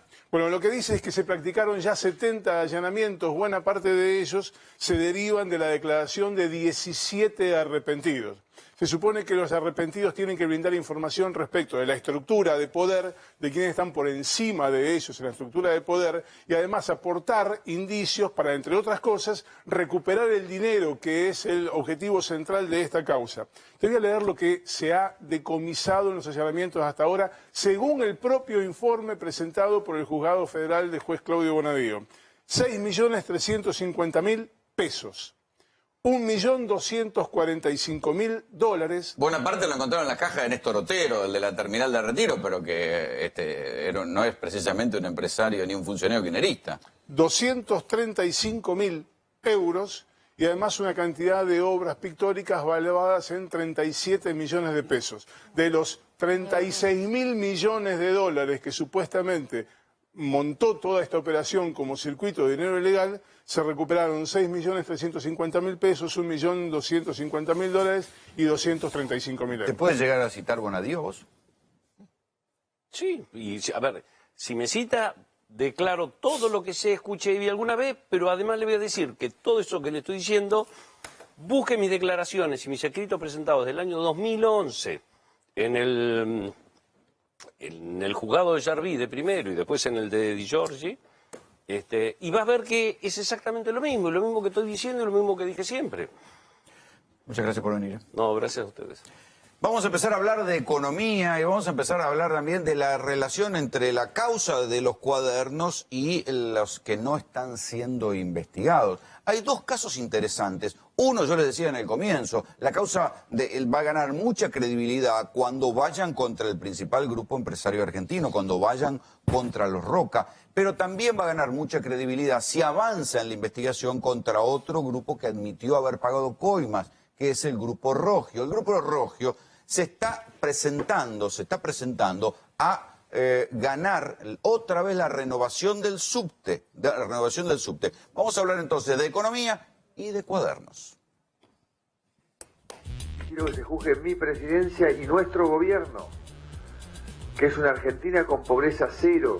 De pobreza cero a lamentos por el aumento de la pobreza. El presidente de Argentina admite un incremento de esa miseria en la sociedad. Y eso a pesar del ajuste económico que prometió para corregir el rumbo de la anterior administración. Lamentablemente, con esta devaluación que tuvimos, trajo un rebote en inflación, y la inflación es el mayor generador de pobreza. Con lo cual, lamentablemente, vamos a ver que parte de lo que habíamos conquistado como reducción de pobreza lo vamos a perder. Y Argentina entró en recesión económica y sufre la peor caída en los últimos 10 años. Así al menos lo señala el último informe del Instituto Nacional de Estadísticas y Censos, que indica que la actividad del mes de junio se desplomó en un 6.7%. La nueva baja interanual significó el tercer mes de caída de la actividad y marcó un nuevo récord negativo para el gobierno. El hundimiento se dio principalmente por el desplome de la agricultura, que registró una caída de 31%, y la pesca, que descendió 16%. En la provincia de Córdoba, en tan solo 2 días, echan a la calle a 130 trabajadores. La decisión fue ejecutada por Óscar Aguad, él es el ministro de Defensa de ese país, en las fábricas militares de Villa María, Río Tercero y Fray Luis Beltrán. Según la medición de la Defensoría de la Tercera Edad en Argentina, la canasta básica de los jubilados alcanza 21.000 pesos. Eso se traduce en que 7 de cada 10 abuelos no logra cubrir los productos básicos para su subsistencia, es decir, no logra adquirir los productos que hacen parte de la canasta básica. ¿Cómo puede ser que la crisis de Turquía le esté afectando más a la Argentina que a la propia Turquía? ¿La moneda argentina se está depreciando más rápido? No, tanto no. La turca, desde que empezó a depreciarse la turca, se depreció más la turca, pero el tema es muy simple. La Argentina ha vuelto al mundo. La Argentina le ha planteado a los argentinos y al mundo entero una agenda de reformas, una agenda de fortalecimiento institucional que empezó a cumplir a una cierta velocidad. El mundo giró porque hay una tensión distinta, la tensión comercial Estados Unidos-China, el aumento de la tasa de interés, el aumento del petróleo, y encima a la Argentina le pegó la peor sequía en 50 años. Todo eso hizo que la percepción de riesgo sobre nuestro país cambiase. Bueno, ahí tiene la explicación oficial del presidente Mauricio Macri, pero esta es la explicación superficial. Del mismo modo que hay mucho de circo en la causa de Bonadío y algunas cosas importantes como la declaración de arrepentido de José López, también hay mucho circo en lo que dice el gobierno y la preocupación que va por abajo, que tiene que ver con los números de la economía. Acá lo tenemos a Juan Enrique, que nos va a explicar bien qué significa esta cifra que se conoció ayer de la caída del 6,7% en la actividad económica. Pero lo tengo también a Sergio Doval para preguntarle qué pasa con la política, porque todo el mundo se empieza a decir, bueno, ¿qué va a salir de todo esto? ¿Va a ser Cristina candidata? Algunas encuestas están diciendo que ya le empezó a pegar la cuestión de los cuadernos. Primero dijeron que no, pero algunos están midiendo que se frenó la imagen positiva de Cristina y que le empezó a pegar también en los puntos. ¿Cómo lo ves vos, Sergio? ¿Sabes lo que pasa, Carolo? Hay algo muy interesante. Lo estábamos escuchando a Sergio recién y lo que podíamos ver es, yo lo escuchaba y decía, ¿es verdad lo que dice? Es inocente. Lo escuchó a Vudú, es inocente. Lo escuchó a Macri, que dice, yo no tengo nada que ver con las offshore, y pasan 3 meses y el Poder Judicial le da la razón. Son todos inocentes. Y tenemos un país que hace 35 años cada vez más pobre. Lo que está pasando es... Sí, pero ahora algunos confiesan que pagaban el 20 y recargaban el 30. Algunos empiezan a confesar. Lo que termina pasando, en eso sí consigo, yo no soy juez de nada. Yo lo que miro es la actitud de la opinión pública e investigo en eso. Lo que está pasando es que lo que encontramos es que la gente no le cree a nada ni a nadie. y que cada uno escucha su segmento y dice, escucha, a ver, ¿vos qué opinás? ¿Viste lo que dijo? Esto es mentira, esto la verdad que es una manipulación, y del otro lado arman lo mismo. Lo que vemos son dos segmentos muy duros. Ahora, ¿quién gana en ese río revuelto? ¿qué pasa en ese río revuelto? Porque acá tenemos que pensar en algo en lo cual el lado opositor se beneficia y dice, la economía, la crisis económica. También nos tenemos que acordar que falta 1 año y medio para la elección. La gente se acostumbra a estar mal. ¿Cómo se acostumbra a estar bien? ¡Qué alegría! No, es un problema eso, pero la verdad es que para el gobierno hay una buena noticia, falta mucho. Lo que sí es cierto que las garantías ganadas a veces, miremos, no quiero poner una discusión política, ¿no? Pero miremos Venezuela, hay problemas de garantías bastante vulneradas, pero un pueblo va aguantando porque los seres humanos nos acostumbramos a determinadas situaciones. Entonces, o sea, ¿tu panorama es que la gente se puede acostumbrar a esto? Obviamente que la gente se puede acostumbrar porque pensemos se puede en estar algo. peor. Porque se puede estar peor, porque hoy corté la salida. Ya no puedo salir más porque, bueno, la situación económica, hoy tuve que reducir mis gastos porque me vino una factura de luz y no la puedo pagar. Pero uno se va a acostumbrar y se olvida, así como se olvida los beneficios. Hay 57 universidades que no están funcionando, hay quilombo en las escuelas. Es que tenés segmentos... Alguien va a salir a protestar. Pero por eso, acá que voy con esto. Quiero decir, ni tan ni muy, la cosa está muy complicada porque hay núcleos muy duros que defienden, desde el lado kirchnerista, la visión, de la visión de un mundo, que la justicia no puede aportar certezas, y esto es a lo que voy. Este es bueno, aquel es bueno, son todos buenos. La justicia no determina nada. Lázaro Báez está hace 2 años en cana y todavía no hay sentencia. ¿Quién tiene la razón en todo esto? Tenés el sector kirchnerista que se cristaliza. Tenés el sector macrista que mira al peronismo como el gran problema de todos los males. En el medio, la ancha avenida del medio...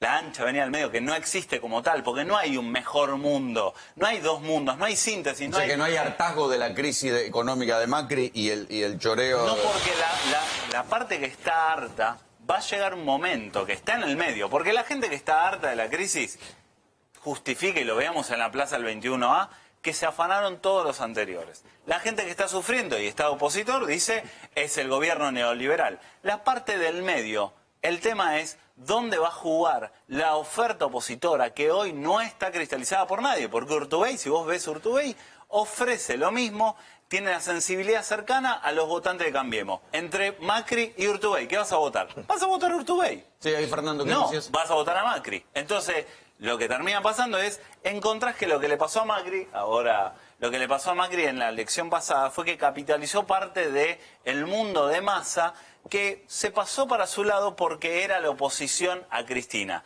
Si esto es lo que se cristaliza hacia el año que viene, tenemos un escenario polarizado que creo que a Macri se le va a complicar un poquito más. Sí, Fer. Yo creo que, como decía el general, que el órgano más sensible de los argentinos es el bolsillo y que durante un tiempo uno puede decir algunas cosas y la gente puede tolerar, pero hay un momento que la realidad te pasa por arriba.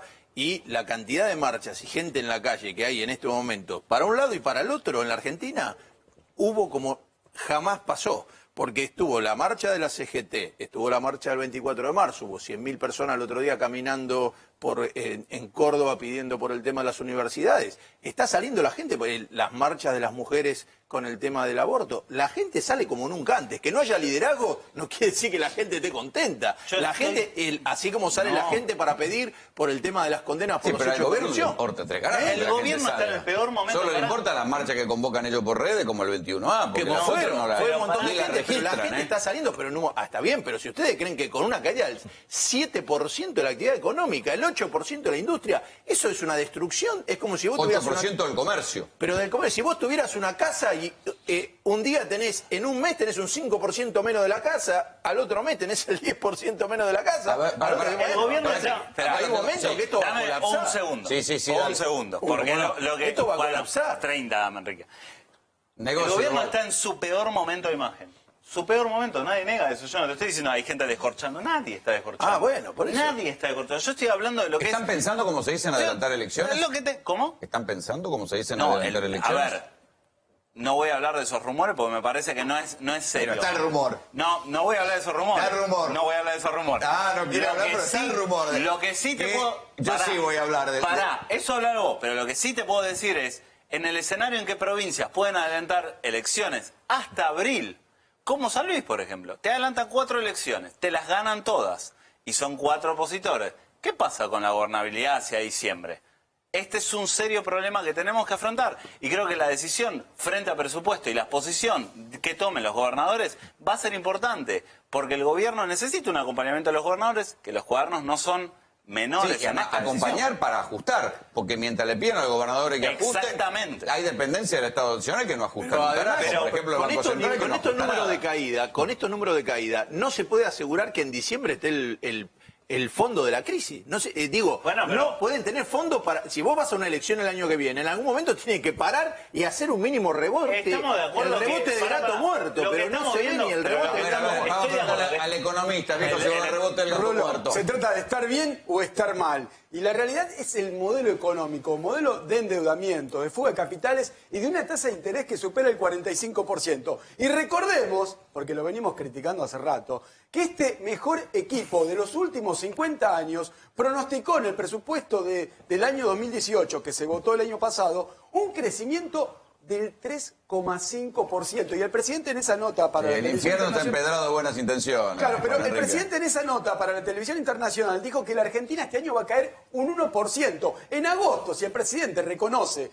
que vamos a caer un 1%, ¿por qué no hace algo? ¿Por qué? El crecimiento tiene que ver con el crecimiento de la población vegetativamente. 250.000 chicos terminan el colegio y se necesita actividad económica. Mirá, estar bien o estar mal. Esta caída del 6,7% que se conoció en esta semana es esto, Rolo. Respecto a junio del año pasado, esta caída. Pero te lo digo clarísimo, estar bien o estar mal.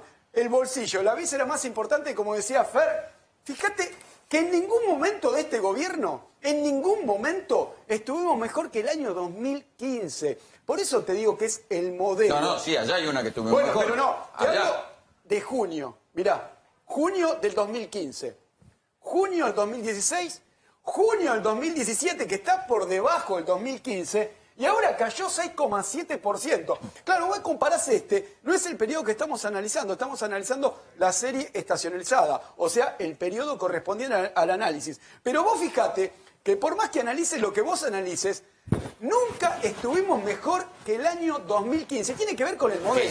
Que ya ahí, ojo que el modelo kirchnerista final ya venía estancado. Y mirá, ahora, Rolo, te vamos a ser muy claros. Venía rengueando y con respiradores. Vamos a ser muy claros, Rolo. Yo te estoy mostrando datos oficiales, datos del INDEC, datos oficiales, datos del INDEC. Este gráfico, vos lo podés googlear, entrás al INDEC y lo ves. Esto es real. Rolo, aparte, esto lo ve la gente, lo ve en la calle y ya se siente en el bolsillo. La inflación, Rolando, acordate que en el presupuesto decía que iba a ser del 10%. Estamos todos de acuerdo, estamos todos de acuerdo. 10%. Están haciendo cagada tras cagada, estamos todos de acuerdo, pero no se nota en el voto. Levanto la mano un Levante, segundo hombre. y no quiero, porque parece que estoy defendiendo al gobierno. Acá también me han dicho en un momento, usted defiende al PRO, al kirchnerismo. Yo no te dije nada, a mí no me acuso, te dije yo nada. recuerdo, es cierto, vos no me dijiste nada.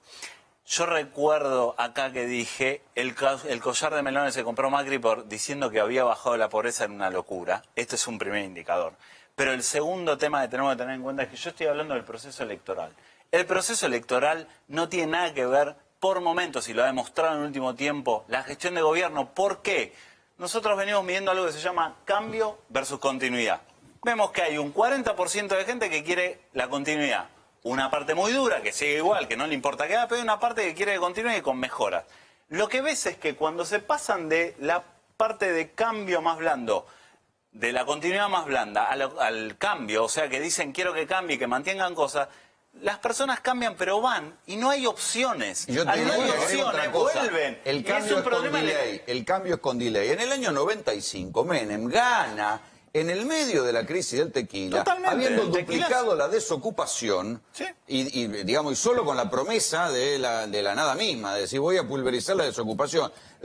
El desempleo se había duplicado. Había ido al Fondo Monetario, y que no saben que se había comprometido con el Fondo Monetario en el 95 Menem, déficit cero, lo mismo que Macri, y sin embargo ganó la elección. Pero hay un elemento que había una caída que iba a un aumento grande de la desocupación, que es el modelo que genera la convertibilidad, pero no tenía inflación. Entonces la falta de inflación y el 1 a 1 con el dólar da una fantasía que ya ahora queda claro que no. Igual, Eso no existe igual es más. futuro, o sea, yo lo que quiero decir es futurología.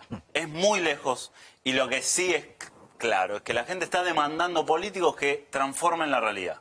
Y eso hoy no está sucediendo. Y las únicas transformaciones de la realidad que se dan son lejos de los políticos. Y que dejen de malgastar el presupuesto inflando para robar, para quedarse con un sobreprecio. El problema es que no le creen a nadie. Entonces, creo que hay una parte de construcción del político y no de la política. La gente cree en la política, las plazas, la legalización del aborto, la marcha del 21. No hay líderes, pero hay mucha gente en la calle. Pero si no hay líderes, ese es un favor para el gobierno. Por eso yo hablo de la maquinaria electoral. Pero no solamente hay que cambiar los políticos, también hay que cambiar los empresarios, muchachos. Definitivamente. Porque van a verlo en este informe, y es lo que arranqué el programa diciendo, la causa de la investigación contra los empresarios que se afanaban la plata, porque acá no solamente se la afanaban los políticos y los funcionarios guinerísticos, José López y Devido y todos los acusados, el sobreprecio también era choreo, no nos olvidemos. Se robarían el 20 de coima, pero se robaban el 30 de sobreprecio. La causa de Bonadío va a ser mucho más seria cuando vayan contra los peces gordos, cuando vayan contra Roca, cuando vayan contra los Rogios, cuando vayan contra todo lo que tienen que ir. ¿Saben por qué les cito el ejemplo de los Rogios? Porque ahora se está licitando en la ciudad de Buenos Aires que el subte, véanlo.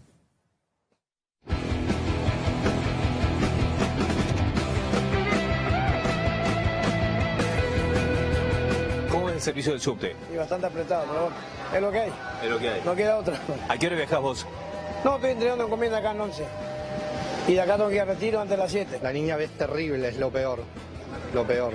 Lamentablemente está todo saturado. Hoy no se puede respirar porque no hay aire, están mal ventilados los vagones, están mal ventiladas las estaciones, está todo sucio los andenes, porque cae agua de cloaca de los techos, es un asco.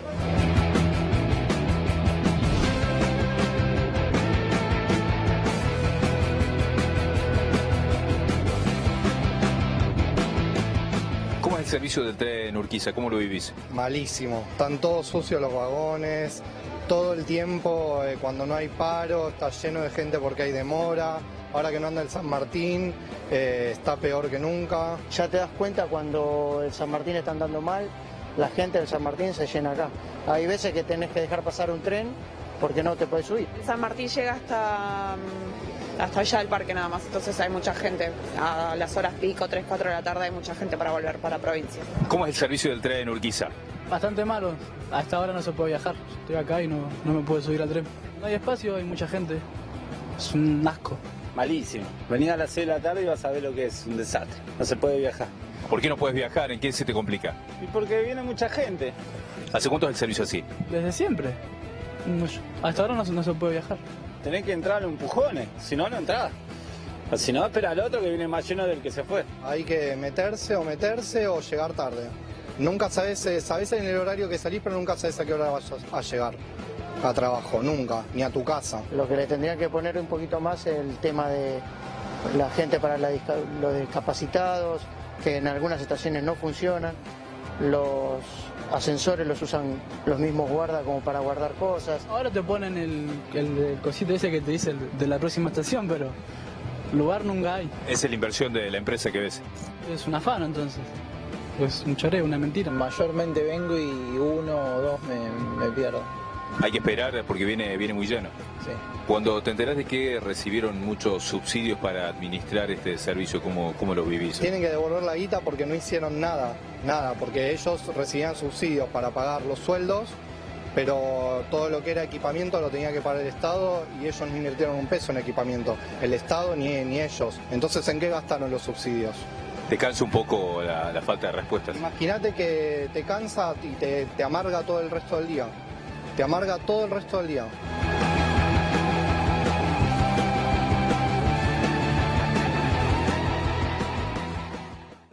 Claro, ¿qué va a pasar con las empresas? Porque ahora hay todo un debate dentro del gobierno sobre cómo hacer para frenar, para que lo que se está sabiendo de los empresarios que coimeaban para ganar las obras, esto no genere que los empresarios pierdan sus empresas. Están haciendo intentan frenar los daños colaterales. Por eso le decía que acá la causa va a ser, la investigación va a ser mucho más seria, una vez que Roca, que ya confesó en público, que Paolo Roca, el dueño de Techín, que pagaba coimas, bueno, que lo citan a declarar y que lo investiguen y que si no se declare arrepentido. Varios de sus muchachos se declaran arrepentidos. El Grupo Rogio, que es el primer test match, se va a ver ahora en la licitación del subte, porque el Grupo Rogio también admitió que había pagado coimas y sin embargo se está presentando a la licitación del subte. Las empresas que admitieron que pagaban coimas pueden presentarse a nuevas licitaciones. Aquí lo tengo Leandro Santoro, es diputado por la Ciudad de Buenos Aires. ¿Qué pasa? ¿Qué puede pasar? ¿Hay algún grado de impugnación? No. Bueno, yo presenté 2 leyes. La primera es una comisión investigadora especial, porque las empresas que operan a nivel nacional también operan hace 12 años en la ciudad. Entonces yo tengo derecho a suponer que si pagaron coima con el gobierno anterior, pudieron haber pagado coima con el gobierno de la ciudad también. Eso lo tienen que investigar. La legislatura debería investigar. No apareció en ningún cuaderno, no apareció en ningún centeno como para... Pero, a ver, Techín, están investigadas en todo el mundo, Rolo. O sea, Techín... Techín está investigado. No, Techín es un escándalo. Vino en Brasil. Vino los fiscales antimafia italianos están pidiendo la causa a Bonadío porque Techín está sospechado de haber pagado coimas en Italia a través de multinacionales y qué sé yo, y también en Brasil en el escándalo de Brecht. ¿Qué pasa con Techín en la causa Bonadío? ¿Va para algún lado, Néstor? No, Techín tiene 2 de los 3 imputados, los 3 que aparecieron en las listas, los tiene a 2 como arrepentidos. Hicieron el mismo tándem que se produjo, por ejemplo, en IEXA, que fue preso el número 2 y apareció el número 1 para decir, no, paren muchachos, no tenemos nada que ver con esto. En esta suerte... A ver, el que apareció, que es el número 2 de Gin, que es Luis Bennaza, era un señor al cual cualquiera que quería hacer política le iba a besar el anillo. Yo no se lo besé nunca ni lo conozco, pero hay muchos... que han pasado a besar el anillo de Bennaza. Sí. A ver, igual no hay ninguno en Cana, ¿eh? Ninguno, ni Bennaza, ni Roca, ni Calcaterra, ni Javier Sánchez Caballero, ninguno en Cana. Pero perdóname, porque para tu pregunta inicial, también presentamos una segunda ley, que yo creo que es la más importante, que es la ley de exclusión de empresas autoincriminadas. Vos hoy, a partir de la ley de la PPP, de la participación público-privada, si estás procesado no podés participar de ninguna licitación y se te caen las licitaciones. ¿Los arrepentidos están procesados? No. No todavía. ¿Cómo que no? No ese es el punto. Por eso presento la ley. La ley del arrepentido es como una suerte de engendro. Vos durante un año podés no estar nada. Están en una situación, una suerte de limbo. El juez tiene un año... ¿No están procesados? No. Se creó periodísticamente la figura de imputado colaborador, pero para ponerle un nombre. Justamente por eso Rogio se va a volver a presentar. Rogio maneja el subte desde el año 94. No solamente no tiene obligación de hacer inversiones, porque cuando vos ves el pliego de qué se trata ser administrador del subte, ¿qué te dice? Bueno, el subte es está Metrovías y es Base, ¿no? Que es la sociedad que está integrada por el Estado y por Metrovía. Lo único que tiene que hacer Rogio es mantener y administrar. Mantiene las estaciones, limpia, barre, ese tipo de cosas, y vende, carga la sube, antes vendía los boletos, y nada más. Se lo podrían dar a los metrodelegados. Yo creo que habría que estatizarlo. Porque todo lo que tiene que ver con tecnología, con infraestructura, con mantenimiento... Eso lo pone la ciudad. La ciudad, exactamente. O sea que el Rogio es como un concesionario. Exactamente. Bueno, no hace inversiones. No. Después cualquier cosa, digamos, se puede presentar como contratista de obra pública para hacer inversiones, por ejemplo, para ampliar la línea H. Es fácil ganar obras, ¿eh? Si vos no invertís un mango, eso lo administra que invierte el Estado, es bárbaro. Es un escándalo. ¿Qué es lo que decimos nosotros? Muchachos, vos tenés 3 situaciones. La participación público-privada, que es la obra pública. Compras y contrataciones, que son servicios a la ciudad, y concesiones. Desde la ley nuestra, lo que nosotros le pedimos al gobierno de la ciudad es que se abstenga. Independientemente de si hayan pagado coima o no. Si los tipos se declararon voluntariamente, como se autoincriminaron voluntariamente, fueron al juez y dijeron yo pagué coima, aunque después se demuestra... ¿Y Rogio qué admitió? Eso. Dijo que él pagó coimas y que encima sobrefacturó y cargó sobre la facturación de la empresa para poder pagarle coimas a Jaime. Eso fue lo que dijo. Déjame una precisión respecto a lo que decías. El juez Bonadío va a tener que resolver la situación procesal. Es decir, el acuerdo de arrepentido lo que hace es que al momento de pedirle la pena sean más contemplativos y le piden la misma pena por el mismo delito, pero en grado de tentativa. A ver, yo le pido una precisión al doctor Godi Vélez. ¿Por qué? Porque el empresario es el culpable o la empresa tiene algún grado de responsabilidad penal.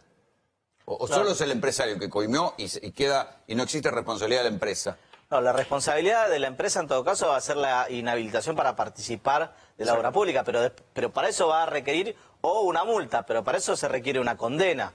No. En la ley que, nosotros presentamos, lo que vos estás proponiendo es distinto. En la ley actual, no, con el procesamiento solo alcanza. Lo que pasa es que el juez tiene un año para decidir la situación procesal de los que se declaran como arrepentidos. Se habla mucho de la doctrina Dietrich. Se habla mucho de la doctrina Dietrich, del ministro de Transporte, que dice, no va a pasar nada, las empresas se pueden presentar igual. ¿Por qué? ¿Qué es eso? Bueno, lo que ocurre ahí es que Dietrich se sentó con una cantidad de inversores y justamente les dio cierta tranquilidad diciendo que iban a tratar de despegar al empresario de la empresa.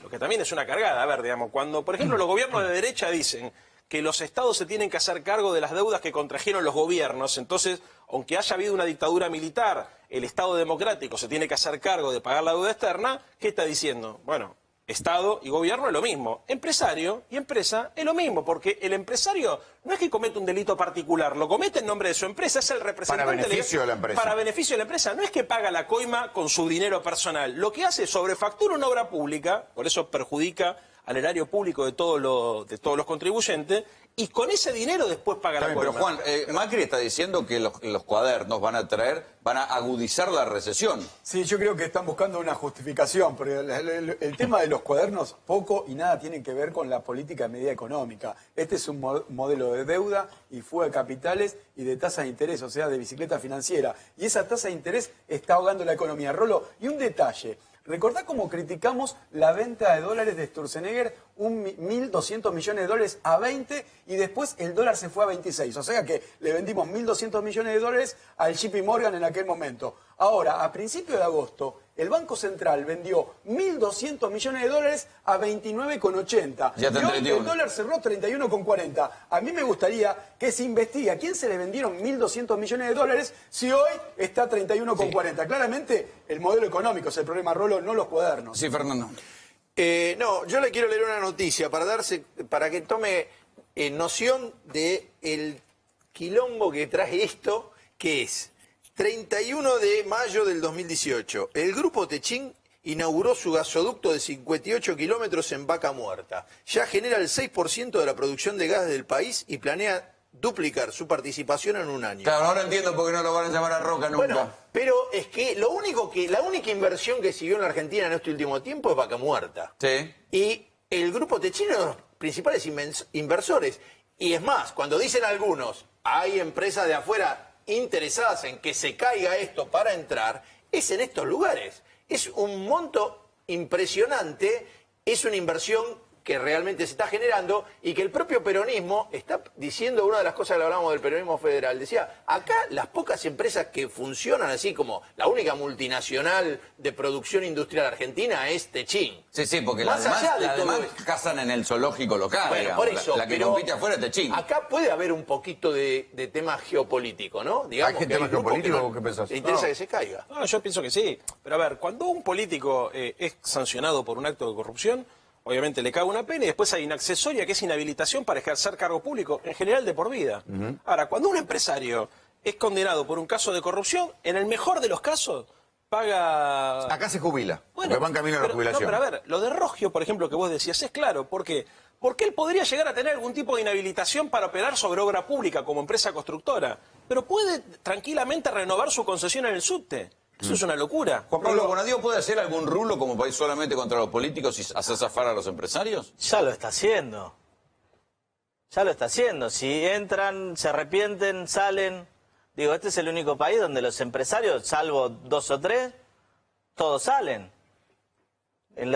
Sí, Juan. Hay un detalle, ¿no? Las empresas que participan en la obra pública, muchas de esas empresas cotizan en la bolsa, ¿no? En la bolsa de la República Argentina y muchas en Wall Street. Hay un problema. Cuando una empresa reconoce que pagó dinero en negro, está como engañando a los accionistas. Y la Comisión Nacional de Valores, tanto la Argentina como la SEC en Estados Unidos, seguramente, no sé si la Argentina... ¿La Argentina qué va a hacer? Va a armar algún informe, pero en Estados Unidos, Techín, si reconoce que hubo sobreprecio en obras públicas, tanto acá en Argentina, Tuvo un Bueno, problema eso en pasó Perú. con Odebrecht. Bueno, Odebrecht tuvo que pagar reconocer, multa, tuvo un problema en tuvo Perú. que pagar una multa de aquellas. Es un delito muy grave porque estás engañando a los inversores. Acordate que estas empresas acá en la Argentina y en Estados Unidos presentan balances trimestrales. Vos cuando tenés dinero en negro es dinero subfacturado, dinero que no pasó por el balance. O sea que lo que estás haciendo es engañando a todo el mercado financiero y el mercado inversor. O sea, va a haber serios problemas seguramente en Estados Unidos. Espero que acá en Argentina también se investigue.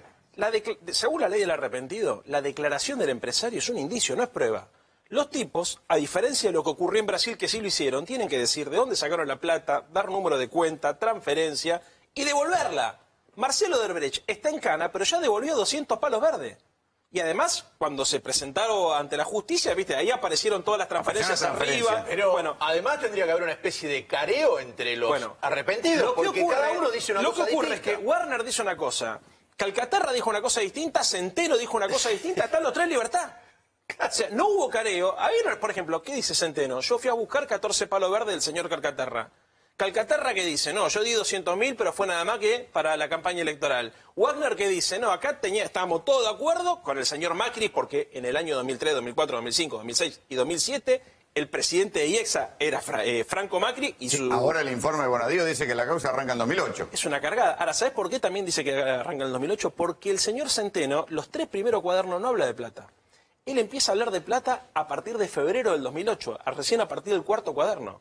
Está claro, como decía recién Espósito, se dan muchas cosas, ¿no es cierto? Una de ellas es que Macri se desprende de IEXA. Esto está muy claro, que es para tratar de salvar a algunos y que sigan haciendo negocio. Por eso yo creo que la ¿A quiénes pensás que quieren salvar? Ya vemos que no lo están citando a Roca. IEXA porque era del grupo Macri. ¿Quién más? Bueno, el señor Rogio, por ejemplo. Rogio, Roca, IEXA.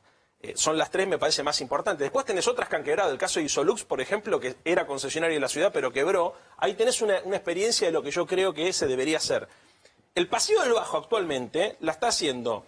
Un tramo lo tenía IEXA, otro tramo lo tenía Isolux y otro tramo lo tenía otra empresa. Cuando Isolux quiebra, se hace cargo el Estado de la ciudad. Ahora, IEXA sigue operando en el Paseo del Bajo actualmente y está siendo investigada por actos de corrupción. Leandro, muchas gracias por venir. Gracias a la gente por allá por venir. Nosotros nos vamos. Esto fue GPS. Le agradecemos a la gente de Los Panqueques de Hernán que nos manda comida para que podamos aguantar hasta esta hora. Nos vemos el viernes que viene. Chau.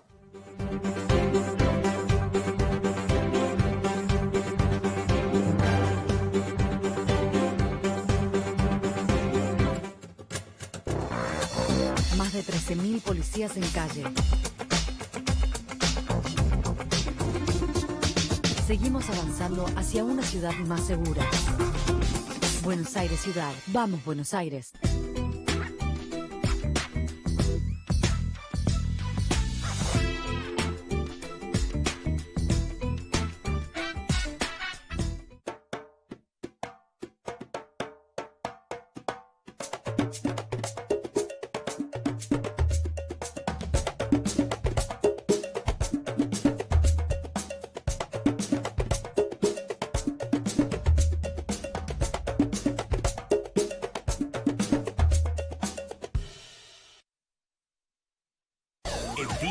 Nos hicimos cargo de la seguridad antes que nadie. Y hoy nos superamos una vez más. Alerta Tigre Global es un núcleo inteligente de acción operativa que agiliza la velocidad de respuesta y mejora el nivel de solución frente a cualquier emergencia. Alerta Tigre Global, la seguridad del futuro, la tranquilidad de hoy. Auspicia este programa ARBA, Agencia de Recaudación, Buenos Aires Provincia.